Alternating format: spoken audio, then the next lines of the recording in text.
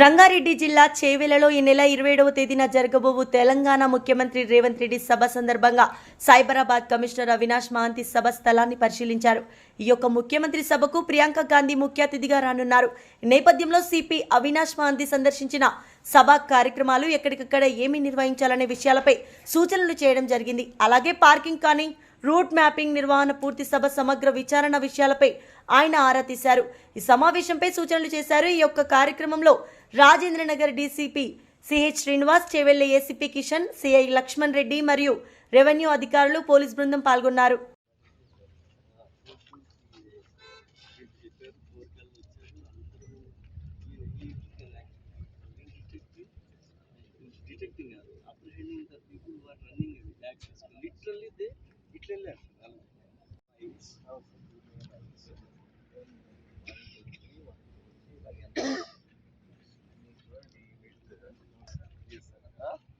Aisles ఉంటే 2 aisles లో మీకు 3 partitions each row లో వస్తుంది. Take as many as possible. ఆ పార్ట్ స్టాల్స్ కి అనేది స్టాల్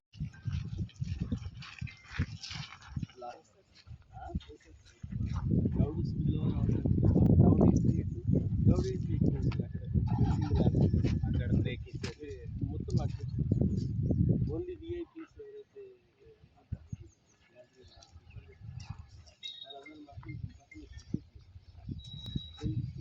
నాగర్ కర్నూలు జిల్లా కేంద్రంలోని రాత్రి తన సొంత పనిపై కానిస్టేబుల్ చిన్న వెళ్లి వేస్తుండగా దారిలో మెడికల్ కాలేజ్ సమీపంలో ఒక బైక్ స్పీడ్గా వెళ్లి అటుగా వెళ్తున్న ముసలోడిని ఢీకొట్టింది. దీంతో ఆ ముసలివాడికి తీవ్ర గాయాలయ్యాయి. అది చూసిన చిన్న వెంటనే యాక్సిడెంట్ చేసిన వాళ్ళని పట్టుకుని బాధితురాల్ని ఆసుపత్రిలోకి చేర్పించి వెళ్లవలసిందిగా కోరాడు. మద్యం మత్తులో ఉన్న ఆ యువకులు తమ స్నేహితులతో కలిసి కానిస్టేబుల్ చిన్నపై దాడి చేశారు.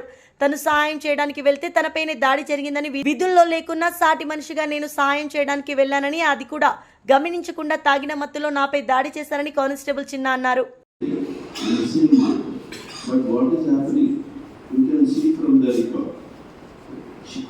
In all the 5 cases, schedule clear.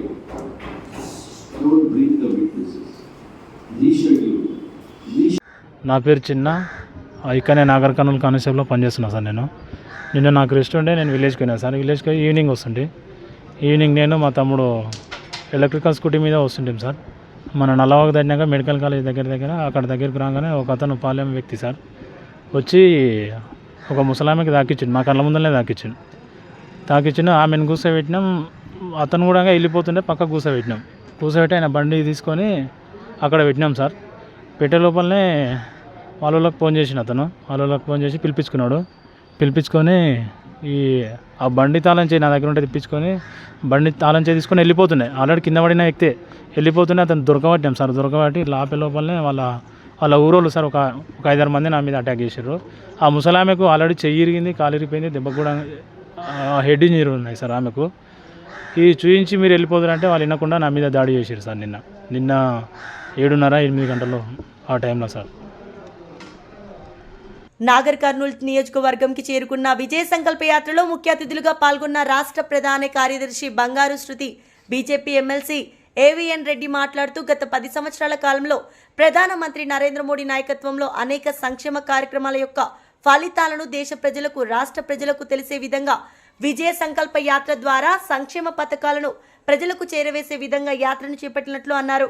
అదేవిధంగా దేశ ప్రజలు ముక్తకంఠంతో ముచ్చటగా 3వ దేశ ప్రధానిగా నరేంద్ర మోడీ నాయకత్వాన్ని బలపరచబోతున్నారని, కూటమిల పేరుతో ఎన్ని పార్టీల వచ్చినా కలవలేని పరిస్థితిలో కూటమి బద్దలైనట్లు మోడీ నాయకత్వాన్ని దేశ ప్రజలు బలపరుస్తున్నారని, కూటమి ఏర్పడ్డ తరువాత నెల రోజులకే ఐక్యత లేని కూటమి ఒకవైపు దేశ ప్రజలు చూస్తుండగానే నితీష్ కుమార్ వెళ్లిపోవడం, అదేవిధంగా మమతా బెనర్జీ మరొక దారి, అఖిలేష్ యాదవ్ మరో దారి, ఢిల్లీ ముఖ్యమంత్రి కేజ్రీవాల్ కుంభకోణాల్లో ఇరుక్కుపోవడం, ఇవన్నీ చూస్తున్న దేశాన్ని కాపాడేది, రక్షించేది ప్రపంచ దేశాలలో అగ్రగామి దేశంగా, సూపర్ పవర్ దేశంగా మోడీ నాయకత్వాన్ని బలపరిచే విధంగా దేశ ప్రజలు ఎదురు చూస్తున్నారు.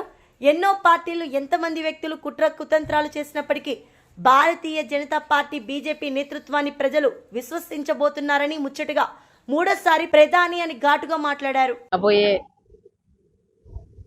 2024 పార్లమెంట్ ఎలక్షన్స్ దృష్ట్యా 5 సంకల్ప యాత్ర బీజేపీ 5 సంకల్ప యాత్రలు స్టార్ట్ చేయడం జరిగింది. మొన్న 20వ తారీఖు నుండి మన క్లస్టర్లో మహబూబ్ నగర్, నాగర్ కర్నూల్, నల్గొండ పార్లమెంట్ 3 పార్లమెంట్లు కలిపి ఒక క్లస్టర్ రెడీ అవ్వడం జరిగింది. అట్లాగే వేరే క్లస్టర్లలో వేరే పార్లమెంట్స్ ఉన్నాయి. అన్ని 4 క్లస్టర్లలో 20వ తారీఖున మనకి బీజేపీ సంకల్ప యాత్ర స్టార్ట్ అయింది. మన ఉమ్మడి మహబూబ్ నగర్ నుండి 20వ తారీఖున మన కృష్ణమ్మ నది నుండి కృష్ణమ్మ ఆశీస్సులు తీసుకొని, దత్తాత్రేయ స్వామి ఆశీస్సులు తీసుకొని మన రాష్ట్ర అధ్యక్షులు మరియు కేంద్ర మంత్రివర్యులు శ్రీ కిషన్ రెడ్డి గారు ఈ క్లస్టర్ యాత్రని ప్రారంభించారు. వారు 2 రోజుల నుండి 4 నియోజకవర్గాలు తిరిగి నిన్న సాయంత్రం 3 రోజుల పాటు మొత్తం మహబూబ్ నగర్లో ఉన్న 7 నియోజకవర్గాలు తిరిగి నిన్న సాయంత్రం 6ంటికి ఈ నాగర్ కర్నూలు పార్లమెంట్ నియోజకవర్గంలో కల్వకుర్తి నుండి ఎంటర్ అవ్వడం జరిగింది. నిన్న సాయంత్రం కల్వకుర్తిలో మీటింగ్ చేసుకున్నాము. దాని తర్వాత న్యూ ఓటర్స్ సమ్మేళనం చేసుకున్నాము. పొద్దున ఇప్పుడు ఈరోజు మనకి గెస్ట్గా వచ్చిన శ్రీ ఏవిఎన్ రెడ్డి గారు, వారు ఎమ్మెల్సీ టీచర్స్ దీంట్లో నుండి ఉమ్మడి హైదరాబాదు, ఉమ్మడి రంగారెడ్డి మరియు ఉమ్మడి మహబూబ్ నగర్ నుండి వారు గెస్ట్గా రావడం జరిగింది. వారి ప్రెస్ మీటు కల్వకుర్తిలో జరిగింది. దాని తర్వాత నాగర్ కర్నూల్ నియోజకవర్గానికి ఎంటర్ అవ్వడం జరిగింది. అసెంబ్లీ నియోజకవర్గానికి తాడూరు దగ్గర పెద్ద ఎత్తున బీజేపీ కార్యకర్తలు మరియు శ్రేయోభిలాషులు అందరూ కూడా దీన్ని తీసుకొచ్చారు. దాని తర్వాత ఇప్పుడు మాకు బిజినేపల్లిలో ఫార్మర్స్తో ఇంటరాక్షన్ ఉంది. మరి దీని తర్వాత వనపర్తిలో నైట్ స్టే, మళ్ళీ రేపు పొద్దున ఆలంపూర్ నియోజకవర్గం, ఆలంపూర్ తర్వాత గద్వాలు రేపు సాయంత్రం, మళ్ళీ అదే తిరిగి వచ్చి కొల్లాపూరు మరియు అచ్చంపేటలో, దాని తర్వాత మళ్ళీ నల్గొండ నియోజకవర్గానికి వెళ్ళిపోతాయి. సో ఈ రకంగా మేము ఎన్నో ఈ మొత్తము యాత్రలో ఆల్మోస్ట్ 1000 కిలోమీటర్లు యాత్ర తీసుకుపోతుంది. పెద్ద ఎత్తున నరేంద్ర మోదీ గారి సంక్షేమ పథకాలు, నరేంద్ర మోదీ గారు చేసిన అభివృద్ధి పనులన్నీ కూడా ప్రజలలో తీసుకెళ్ళాలి, వారికి తెలియజేయాలి ఏ రకంగా ఉందని. 100 ఏళ్ళు 2047లో 100 ఏళ్ళు రాబోతున్నాయి. ఆ 100 ఏళ్ల ప్లాన్ వికసిత్ భారత్ కింద దేశమంతా వికసిత్ అవ్వాలనేది నరేంద్ర మోదీ గారి సంకల్పాన్ని ప్రజలకు తీసుకెళ్లాలని ఈ సంకల్ప యాత్ర తీసుకున్నాము.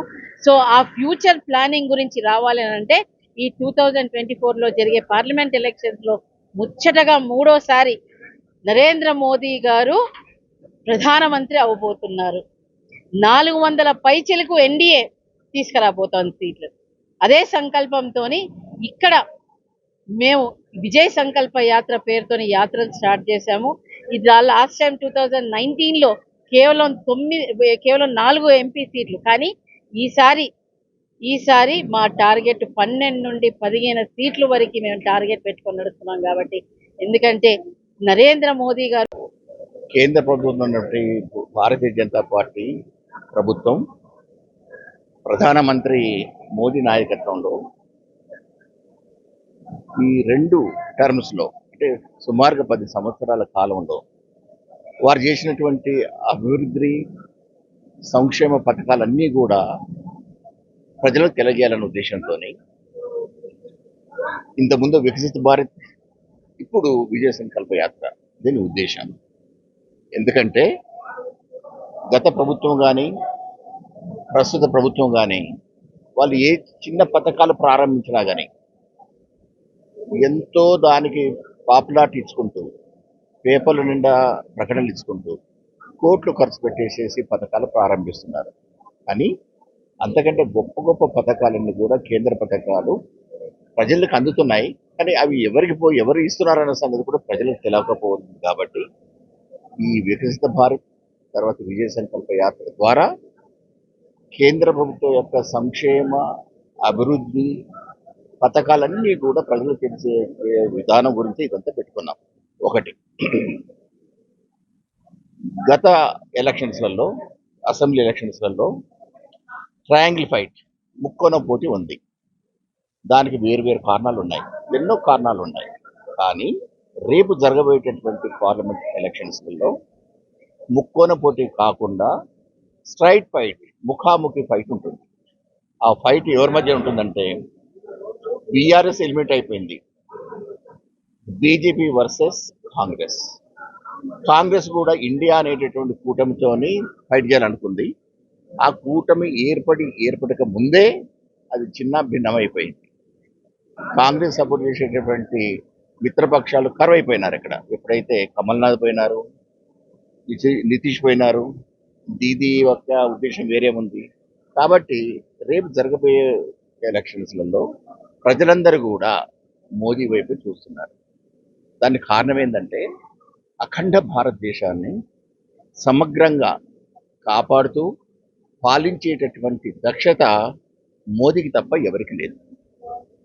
ఎందుకంటే వారి ఆలోచన ప్రస్తుతాన్ని కాదు, ఈ ప్రభుత్వాన్ని, వచ్చే ప్రభుత్వానికి ఏ విధంగా పవర్ రావాలని కావట్లేడు.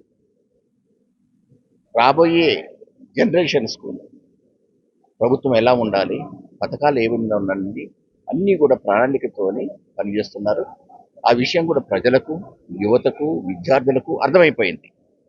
ఏ ఒక్క క్షేత్రాన్ని కూడా వదలకుండా మన ప్రియతమ మోదీ గారు, అది విద్యారంగం కావచ్చు, రోడ్వేస్ కావచ్చు, ఎయిర్వేస్ కావచ్చు, రైల్వేస్ కావచ్చు, ఎక్కడే కానీ డెవలప్మెంట్కు మూలాధారం అవే. వాటితో పాటు రంగారెడ్డి జిల్లా తలకొండపల్లి మండలంలోని జంగారెడ్డిపల్లి మరియు పెద్దూరు తండ గ్రామాలలో మండల పరిషత్ నిధులు 20 లక్షల రూపాయలతో ఏర్పాటు చేసినటువంటి పాఠశాల అదనపు గది ప్రారంభం కార్యక్రమాన్ని నిర్వహించడం జరిగింది. ఈ కార్యక్రమానికి ముఖ్య అతిథులుగా జెడ్పీటీసీ ఉప్పల వెంకటేష్ మరియు MPP Tirumani Nirmal Srisailam Goud ribbon cut చేసి గదులను ప్రారంభించారు. ఈ సందర్భంగా వారు మాట్లాడుతూ ప్రభుత్వ పాఠశాలలో మరింత బలోపేతం కావాలి, ప్రైవేట్ పాఠశాలలకు ధీటుగా ప్రభుత్వ పాఠశాలలు విద్యార్థులు సమర్థవంతంగా తయారు కావాలని అన్నారు.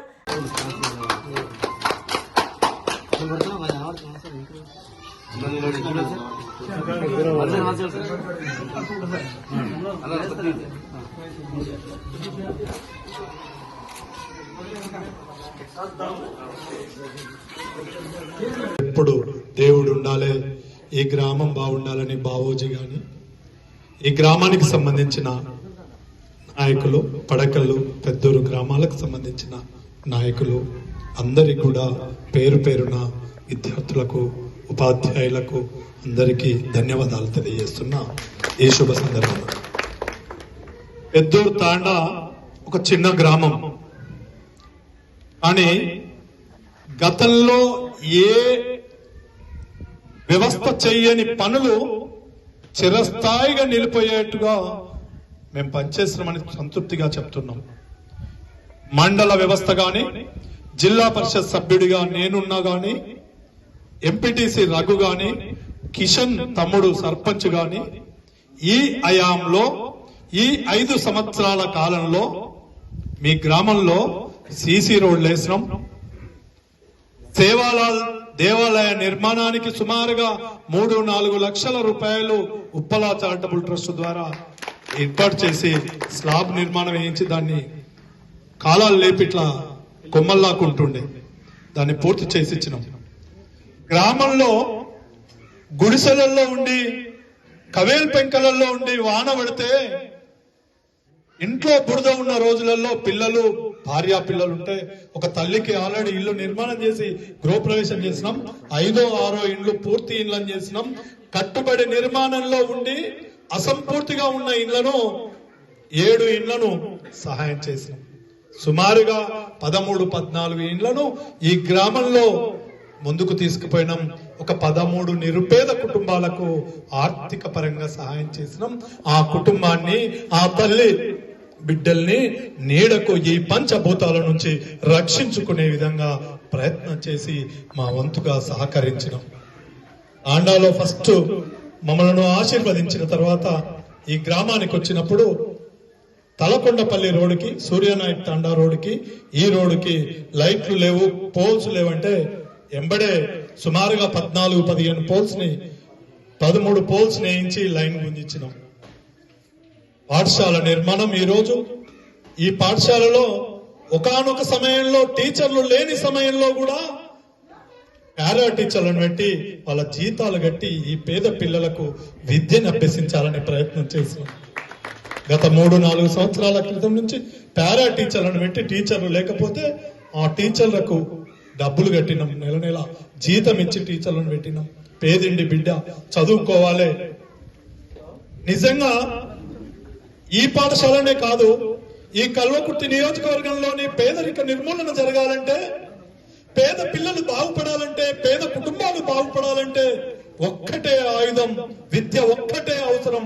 ఆ విద్య బాగుంటేనే పేదరిక నిర్మూలన జరుగుతుంది, పేద కుటుంబాలు ఆర్థిక బలోపేతానికి దోహదపడుతుందనే ఉద్దేశంతో అనేక పాఠశాలల్లో సుమారుగా 25,000 మంది ప్రభుత్వ పాఠశాల విద్యార్థులను వెన్ను తట్టి మంచి భావోత్సవాన్ని నింపి వాళ్ళకు స్పోర్ట్స్ డ్రెస్లను అందించి గ్రామ గ్రామం 150 పాఠశాలలు తిరిగిన ఘనత ఈ యొక్క వ్యవస్థది, ఈ యొక్క ప్రణాళిక రూపకల్పనది అని చెప్పి కూడా ఈ సందర్భంగా తెలియజేస్తున్నాం.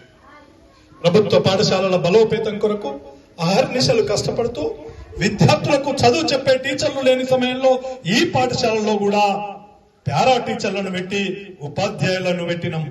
3-4 సంవత్సరాలు ఈ పాఠశాలలో టీచర్లు లేని సమయంలో జీతాలు కట్టినాం, సొంత డబ్బులని కూడా ఈ సందర్భంగా తెలియజేస్తున్నాం. ఈ గ్రామంలో సుమారుగా 20-25 లక్షల రూపాయలు ఉప్పల చారిటబుల్ ట్రస్ట్ నుంచి నేరుగా డైరెక్ట్ గా 25 లక్షల రూపాయలు ఇండ్ల నిర్మాణాలు, దేవాలయాల నిర్మాణాలు, సేవాలయాల నిర్మాణం, ఆ హనుమాన్ టెంపుల్ నిర్మాణం సహాయ సహకారాల్లో ముందున్నామని చెప్పి కూడా తెలియజేస్తున్నాం. ప్రభుత్వ పరంగా జరగని సందర్భంలో ఉన్నప్పుడు ఎలక్ట్రిసిటీ లైన్ ని కాంట్రాక్టర్ ద్వారా 13 పోల్స్ ని నిర్మాణం చేయించి వైరింగ్ చేయించిన ఘనత కూడా ఈ గ్రామంలో ఉందని చెప్పి తెలియజేస్తున్నాం. సీసీ రోడ్లు వేయించినాం. 10 లక్షలు మండల ఫండ్స్ నుంచి ఈ రోజు చెల్లమ్మ నిర్మల ఎంపీపీ అయిన తర్వాత అనేక గ్రామాల్లో స్కూళ్లు బాగుండాలని తన సొంత గ్రామంలో జంగారెడ్డిపల్లితో పాటు ఈ గిరిజన గ్రామంలో కూడా ఇక్కడ పేద పిల్లలు 55-60 మంది పిల్లలు చదువుతున్న ఈ పాఠశాలలో ఒక్కటే గది ఉంది, 3 టీచర్స్ ఉన్నారు. బలోపేతంగా నడుస్తున్న పాఠశాలను ప్రభావితం చేయాలి, మూతపడకుండా బిల్డింగ్ ను నిలబెట్టాలని మండలం ద్వారా ఈ రోజు నిర్మాణం చేయడం కూడా సంతోషకరం అని చెప్పి కూడా ఈ యాదాద్రి భువనగిరి జిల్లా వలికొండ మండల కేంద్రంలోని గాయత్రి హై స్కూల్లో స్వపరిపాలన దినోత్సవం వేడుకలు. గాయత్రి హై స్కూల్ యాజమాన్యం, principal Anuradha, vice chairman Muralidhar Reddy, vice principal Kottam Bhikshapathi, organising secretary Palakurla Venkatesham ఆధ్వర్యంలో స్వపరిపాలన దినోత్సవం ఘనంగా నిర్వహించారు. ఈ కార్యక్రమంలో teachers B Kavitha, G Rama, Naveen Reddy, Dayakar, Ramesh, Balaraju, Lakshman, Kalyani, Saraswathi, Sahith మరియు విద్యార్థులు పాల్గొన్నారు.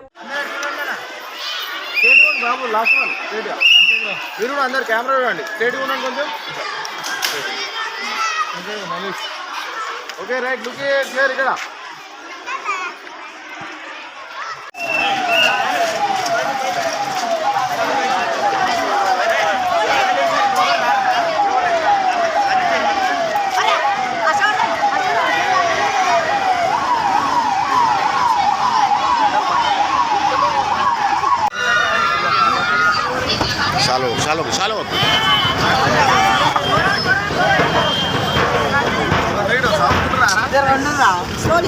Hey, అదన్నారు Babu.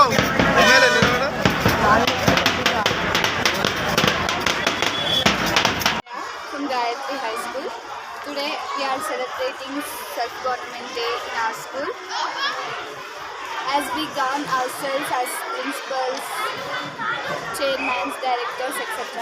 Today I became principal of the school and I have taken all the duties of principal, discipline and everything. I'm very happy to become principal. Thank you for giving this opportunity.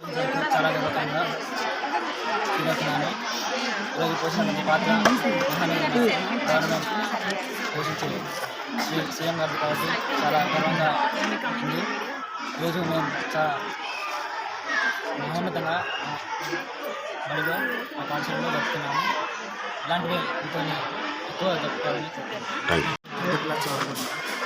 మేము కిషన్ రెడ్డి పాత్ర చేసి నాకు చాలా సంతోషంగా అనిపించింది.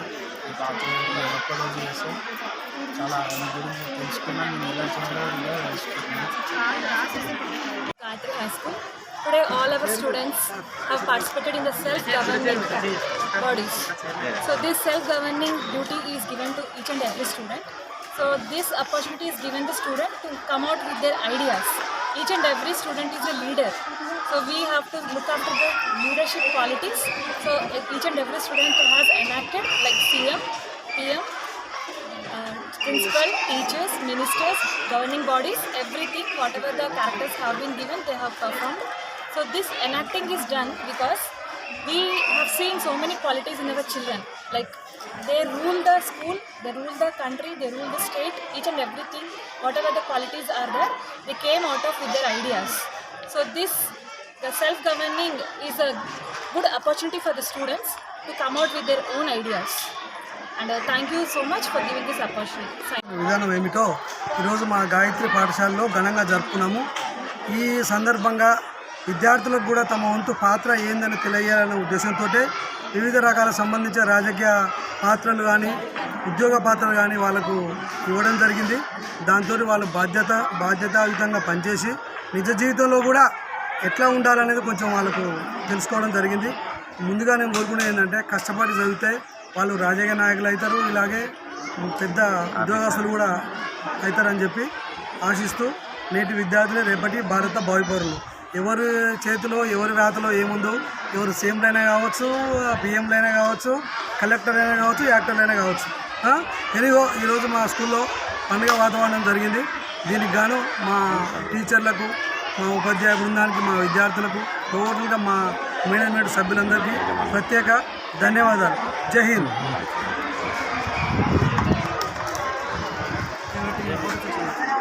యాదాద్రి భువనగిరి జిల్లా ఆలేరు పట్టణంలోని పరివార్ బిర్యానీ సెంటర్లో ప్రమాదవశాత్తు గ్యాస్ సిలిండర్ పేలడంతో సుమారు 4 లక్షల రూపాయల మేరకు నష్టం జరిగింది. హోటల్లో వంటలు చేస్తున్న సమయంలో గ్యాస్ ఇప్పుతుండగా లీక్ అయింది. వెంటనే అందరూ బయటకు రావడంతో ఈ ప్రమాదంలో స్వల్ప గాయాలతో బయటపడ్డారు. అగ్నిమాపక సిబ్బంది మంటలను ఆర్పారు. నష్టం విలువ సుమారు 4 లక్షలు ఉంటుందని అంచనా వేశారు. ప్రజలు వేసవిలో సేఫ్టీ సూచనలు పాటించాలని వివరించారు.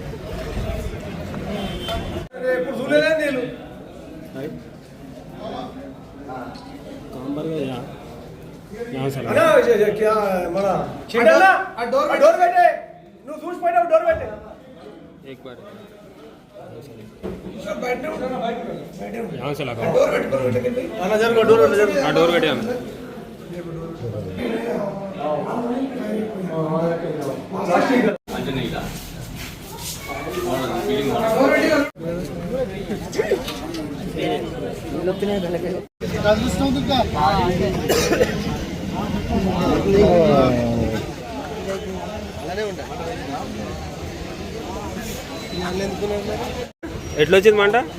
అంటే నేను గిన్నె కడుతున్నా ఆయన వచ్చి గ్యాస్ ఇప్పిండు కుర్చీ లేపని మిట్టెక్కి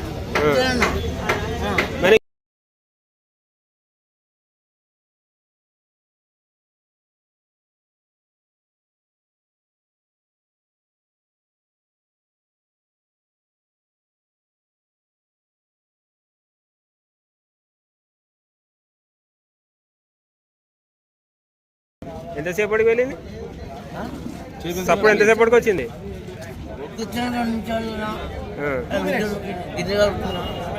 బయటకు వచ్చినాక వెళ్ళిందా లోపల ఉన్నప్పుడే వెళ్ళిందా బయట ఉన్నావా నా పేరు R Madhukar Reddy, leading fireman. స్టార్టా ఈరోజు పరివార్ బిర్యానీ హౌస్లో అగ్నిప్రమాదం గ్యాస్ లీకేజీ వల్ల అగ్నిప్రమాదం జరగడం జరిగింది. వెంటనే వాళ్ళు లోకల్ ఆలేరు ఫైర్ స్టేషన్కి సమాధానం అందించడం జరిగింది. వాటర్తో పాటు సిబ్బంది అందరం కలిసి హుటాహుటిన సంఘటన స్థలానికి రావడం జరిగింది. ఇక్కడ లోపల గ్యాస్ లీకేజీ వల్ల ప్రమాదం జరిగినట్టు అంచనా వేశాము. 2 lakhs వరకు నష్టం జరిగిందని వాళ్ళు చెప్తున్నారు. దాన్ని ఇంకా అంచనా వేయాల్సింది. దాని బిల్డింగ్ కూడా 2 lakhs వరకు నష్టం జరిగిందని చెప్తున్నారు. క్రాక్స్ వచ్చినాయని దాన్ని కూడా పరిశీలించాల్సి ఉంది. ఈ ఎండాకాలం అగ్ని ప్రమాదాలు జరుగుతున్నాయి కాబట్టి అందరూ ప్రజలు జాగ్రత్తగా ఉండాలి. గ్యాస్ కానీ లీకేజ్ కానీ ఇలాంటి జరగకుండా సిలిండర్లు వాడాలి. CO2 ఎక్స్టింగ్విషర్ కానీ, DCP ఎక్స్టింగ్విషర్ కానీ, ఫోమ్ ఎక్స్టింగ్విషర్ కానీ అన్ని దగ్గర అందుబాటులో పెట్టుకొని ప్రజలు అప్రమత్తంగా ఉండాలి. మరియు హోటల్ వాళ్ళు, రెసిడెన్సీ వాళ్ళు కిరాయికి ఇచ్చేటప్పుడు కూడా చూసుకొని వెంటిలేషన్ ఉండాలి బిల్డింగు, మరియు ఎలక్ట్రిషియన్ సరిగా ఉండాలి. గ్యాస్ లీకేజ్ కాకుండా ప్రమాదాలు చూసుకోవాలిగా ఆలయ అగ్నిమాపక కేంద్రము కోరుచున్నారు.